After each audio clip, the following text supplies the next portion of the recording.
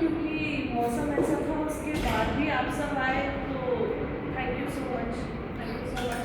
मुझे लगा, मैंने तो बोला भी था कि आज मुझे लग रहा है कैंसिल हो जाएगा, इट्स ओके, मैं नेक्स्ट वीक अवेलेबल रहूँगी, बट आप सभी लोगों का ये बताता है कि उत्साह कितना ज़्यादा है और ये बहुत मोटिवेशन देता है किसी को यहाँ पे आने के लिए।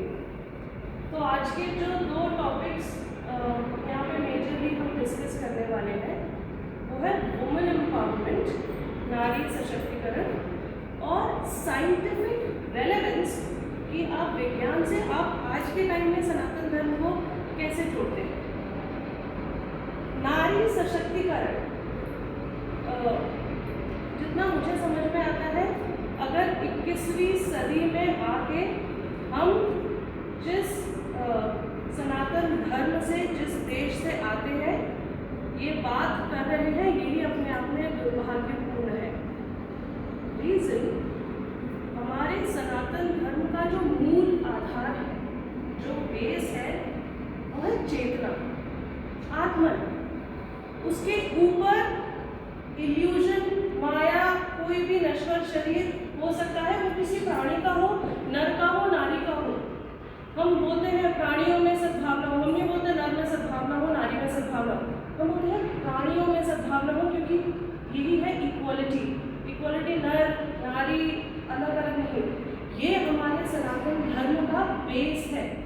और ये होते हुए भी उस नश्वर शरीर में नारी को ऊपर लाने की कोशिश करना 21वीं सदी में, ये अपने आप में बहुत दुर्भाग्यपूर्ण है। आज के टाइम में शायद हम आगे जाने की रेस में समझ नहीं पा रहे हैं कि हम खाली हाथ आगे दौड़ रहे हैं, क्योंकि खजाना तो पीछे छूटा जा रहा है। वो हमारा खजाना है जो हम पीछे छोड़ते आ रहे हैं। हमारी संस्कृति, हमारा लिटरेचर, हमारा जो भी ज्ञान पद्धति दी हुई है, वो कितनी लॉजिकल है, कितनी साइंटिफिक है, वो सब पीछे छूट रही है। और हम सोच रहे हैं कि हम उस रेस में आगे आएंगे, बट एक्चुअली हम हार रहे हैं। हम सब कुछ पीछे छोड़ रहे हैं और पता नहीं किसके लिए। तो नारी सशक्तिकरण मतलब एक पंछी के पंख तो है और आसमान भी है, बस वो हवा देना, विंग्स, एक एयर विंड देना उसके विंग्स को। हर नारी इतनी अपने आप में परिपक्व है कि वो पूरा आसमान नाप सकती है, बट वो विंग्स देना, इक्वालिटी कहिए या उसके अधिकार कहिए, इस सब तरीके से उसके विंग्स को हवा देना, ये है सशक्तिकरण। ये कौन देगा? अगर हम ये कहें कि कोई नर हमें आके देगा तो वुमेन एम्पावरमेंट का पूरा लॉजिक ही फेल हो जाएगा। तो देगा कौन कि हमें, वो भी यही हमें आके बताए, तो देयर इज नो लॉजिक। आप बात कर रहे हैं वुमेन की, ये दूसरी वुमेन भी देगी, पर सबसे ज़्यादा ज़रूरी आप खुद को देंगे। यू योरसेल्फ, आपको आगे कोई बताएगा नहीं कि this is what you should do, ये आपको करना है। आप अगर अपना धर्म समझे, हमारा धर्म, अगर धर्म की डेफिनेशन समझे तो हमारी रिस्पॉन्सिबिलिटी, हमारी सस्टेन करने के लिए जो चाहिए कि हमारा राष्ट्र धर्म क्या है, हमारा मातृ धर्म क्या है, हमारा पत्नी धर्म क्या है, हमारी रिस्पॉन्सिबिलिटीज को हम समझें तो हमें किसी और को बताने की ज़रूरत नहीं है। इसी से रिलेटेड एक स्टोरी मैं बताऊंगी। चारों वेदों के बारे में सबको पता होगा, राइट? 4 वेद हैं, उसमें से जो यजुर्वेद है, इकलौता वो ऐसा वेद है जिसके 2 मेजर पार्ट्स हैं, कृष्ण यजुर्वेद और शुक्ल यजुर्वेद। और हर वेद के अपने एक ऋषि रिस्पॉन्सिबल होते थे जो उसके ज्ञान को आगे स्प्रेड करने, क्योंकि पहले हम श्रुति पे चलते थे, तो उसको स्प्रेड करने की रिस्पॉन्सिबिलिटी इन ऋषि की है। वो ऋषि थे वैशंपायन ऋषि। वैशंपायन ऋषि के एक शिष्य थे याज्ञवल्क्य। याज्ञवल्क्य ऋषि अपने तप, साधना और ज्ञान में एक टाइम पे इतना आगे पहुंच गए कि वो अपने गुरु जी से तो आगे निकले, उनके ज्ञान को भी क्वेश्चन करने लगे कि आप जो पढ़ाए हैं that is incomplete, that is not the complete thing. तो होते ना क्रिएटिव डिफरेंसेस जो आज हम होते हैं, वो उस टाइम पे उनका हुआ होगा। और ऋषि वैशंपायन ने कहा कि अब बहुत हो गया, मैं रोज ऐसे प्रश्नों से तुम गलत क्वेश्चन कर रहे हो। अगर तुम्हें लग रहा है कि मैं तुम्हारे लिए टीचर ठीक नहीं हूँ तो आप जा सकते हैं, लेकिन आप मेरा ज्ञान मुझे देके जाइए, क्योंकि आप अब नहीं मान रहे हैं, मैं जिस फिलोसफी पे चल रहा हूँ अगर वो नहीं मान रहे हैं तो वापस कीजिए। किसी आप जिम इंस्ट्रक्टर को लेकर आप फॉलो करते हैं, उससे आपने इंस्ट्रूमेंट ले लिए, कल को आप बोले कि नहीं आप मुझे ट्रेनिंग नहीं देंगे, तो बोलेगा मेरे इंस्ट्रूमेंट वापस करो, ठीक है, it's okay, you don't want to do. उन्होंने अपना ज्ञान वापस मांगा। ऋषि याज्ञवल्क्य जी ने प्रश्न नहीं किया कि वो ज्ञान पे आप कैसे मांग सकते हैं, वो मेरा अधिकार है।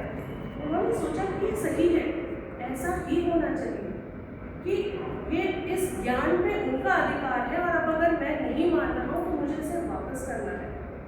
और उन्होंने अपनी तप की साधना से उसको एकत्रित करके लिटरली बाहर डाला, और वो जो बाहर निकला वो एक ब्लैक सब्सटेंस के फॉर्म में निकला। जो ऋषि वैशंपायन के जो दूसरे फॉलोअर्स थे वो एक तत्तरी बर्ड होती है, उस बर्ड के रूप में उन्होंने चुगना स्टार्ट किया। उसी से ही आगे बढ़ा था तत्तरीय उपनिषद। तत्तरीय उपनिषद वो तत्तरीय बर्ड्स के रूप में उन्होंने वो ज्ञान अपने अंदर कंज्यूम कर लिया, और वो है कृष्ण यजुर्वेद।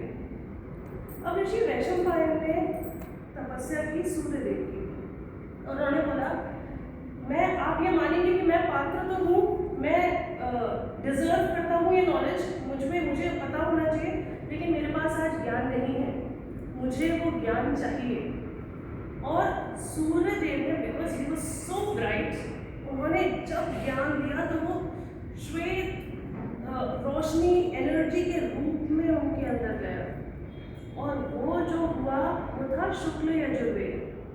तो इसके दो पार्ट्स हैं। सो जस्ट इमेजिन ऋषि याज्ञवल्क्य जी किस लेवल के ऋषि रहे होंगे।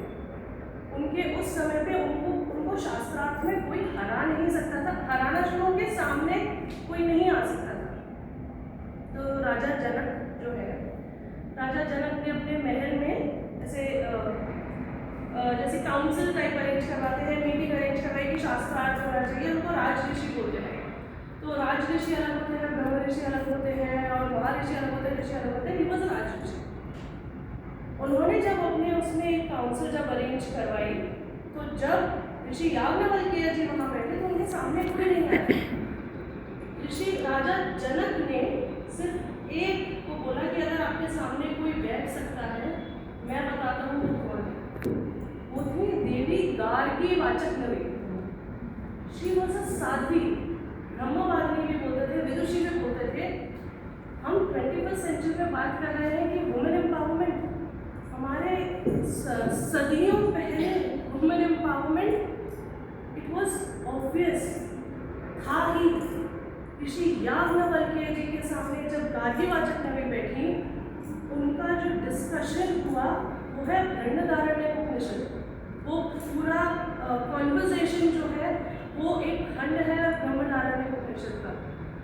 हम उस सभ्यता से आते हैं, हम वो हैं जहाँ पे बहुत सारे एग्जाम्पल सबको पता होंगे, माता अनुसुईया, माता अहिल्या, माता सीता, बट हम इकलौती ऐसी सभ्यता है जहाँ पे हमारे भगवान, हमारी देवी शक्ति है। हमारे स्क्रिप्चर्स में देवी महात्म्य भी है। मार्कंडेय पुराण जो है उसका एक पार्ट है दुर्गा सप्तशती, वो भी है।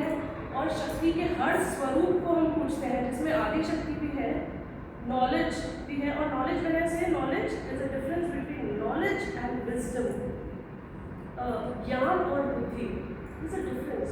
एक बार तो हो सकता है आजकल प्रॉब्लम ये है कि सब लोगों के पास ज्ञान भर भर के आ गया, और हर तरफ से ज्ञान आ गया, किताबें पढ़ के, व्हाट्सएप में भी हर तरफ से ज्ञान। प्रॉब्लम है विजडम की, बुद्धि की। विजडम नहीं है, माँ सरस्वती का वास नहीं है। हम समझते हैं देवी लक्ष्मी की जैसे पूजा करते हैं, ऐसे करके बैठी हैं, सिक्के, सोने के सिक्के टपक रहे हैं, that is what we imagine. माता लक्ष्मी वो नहीं है।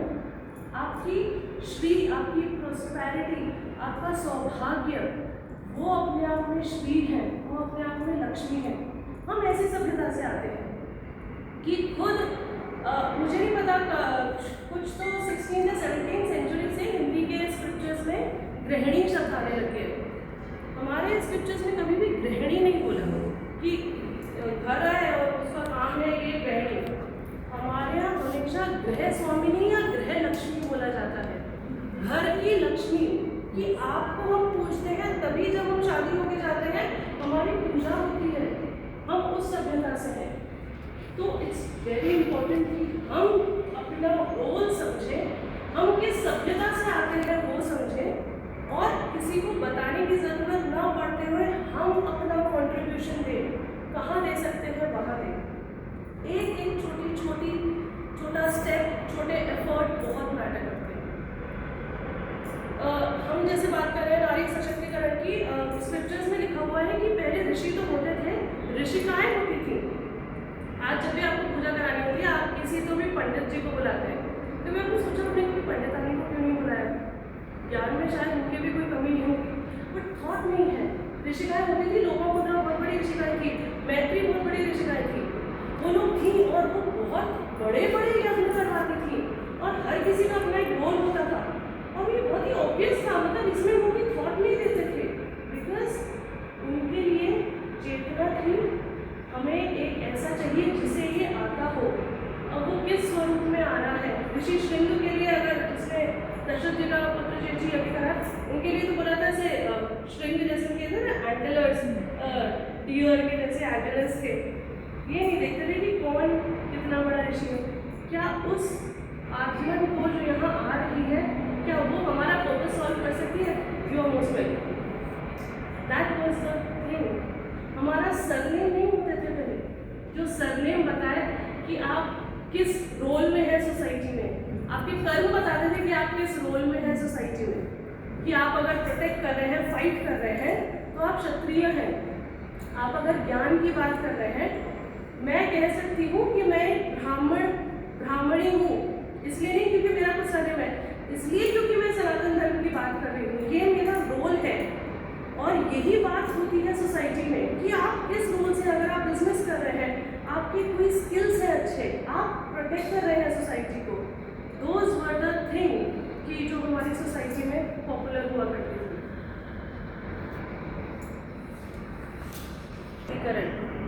बहुत ज़रूरी है कि आज के टाइम में कुछ करना नहीं है, सिर्फ अपनी पुराने वैल्यू सिस्टम को और गौरव को वापस लेकर आना है। पूरा पका हुआ प्लेट सजी हुई रखी है, हम बस वो छोड़ के पता नहीं क्या ले रहे हैं, जो कि बेसलेस है। जो हमारे पास है बस उस तक वापस पहुंचने की, अपनी रूट्स तक वापस पहुंचने की ज़रूरत है। ये था नारी सशक्तिकरण। अब बात करते हैं कि साइंटिफिक एविडेंसेस क्या थे। साइंटिफिक मतलब आज के टाइम में साइंटिफिकली कैसे है। आज आप लोगों ने कई बार मोटिवेशनल वीडियोस देखे होंगे ना, कोई भी किसी से भी, like what I do is, कोई अच्छा सा जैसे वो नहीं शिल्पा शेट्टी का एक्सरसाइज वीडियो देखा, I get so pumped up, I go to the gym, और फिर रात में अपनी फ्रेंड के साथ I go for the dinner also, I go for the gym, that is for sure. तो एनर्जी देते हैं। पढ़ाई में मन नहीं लग रहा, there are many motivational speakers ना, संदीप महेश्वरी, यस, प्रशांत आचार्य, हाँ, सो मेनी, वो कितना एकदम एनर्जाइज कर देते हैं। तो मोटिवेशन, कभी आपने सुना है कि अर्जुन को जब जरूरत थी तो कृष्ण ने उनको मोटिवेट किया? Yes. He did not motivate Arjun. Krishna ji ने जो अर्जुन को दिया वो थी clarity. It was clarity, not motivation.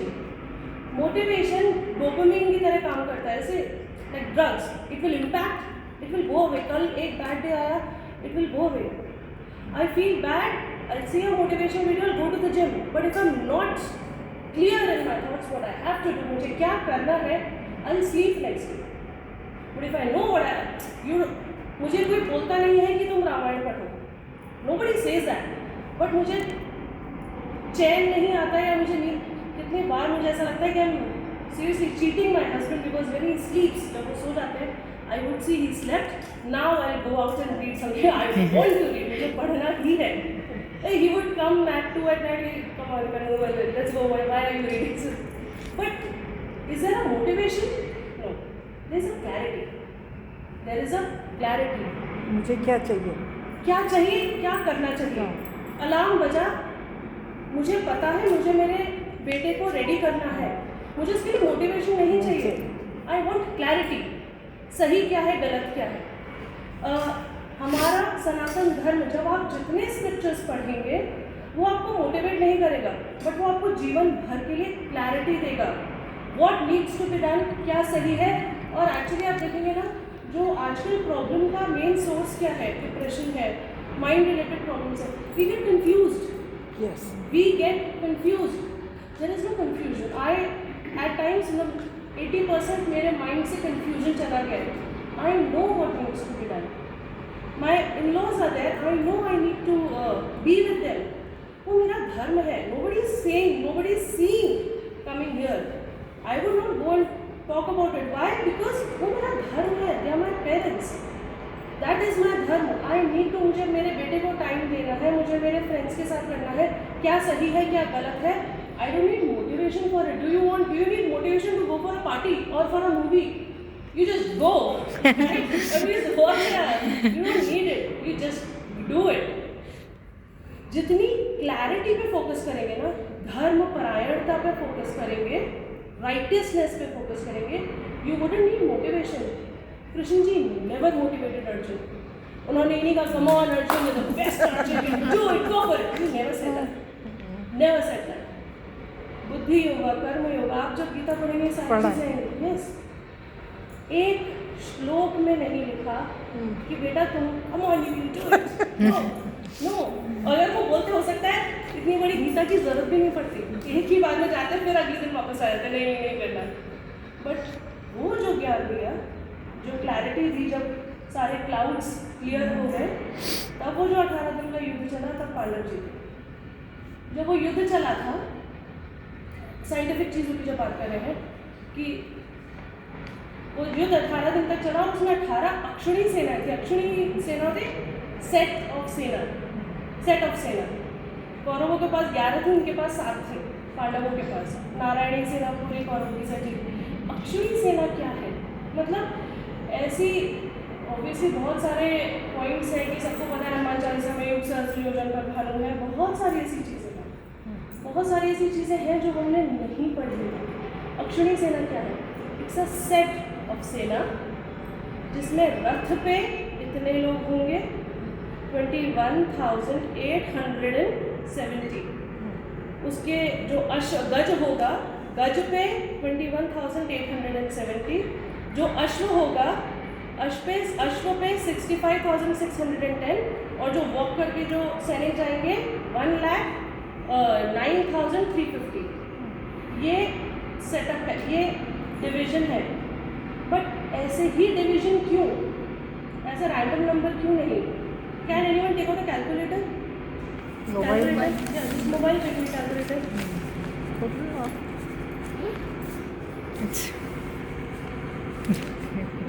21,870 multiplied by 3.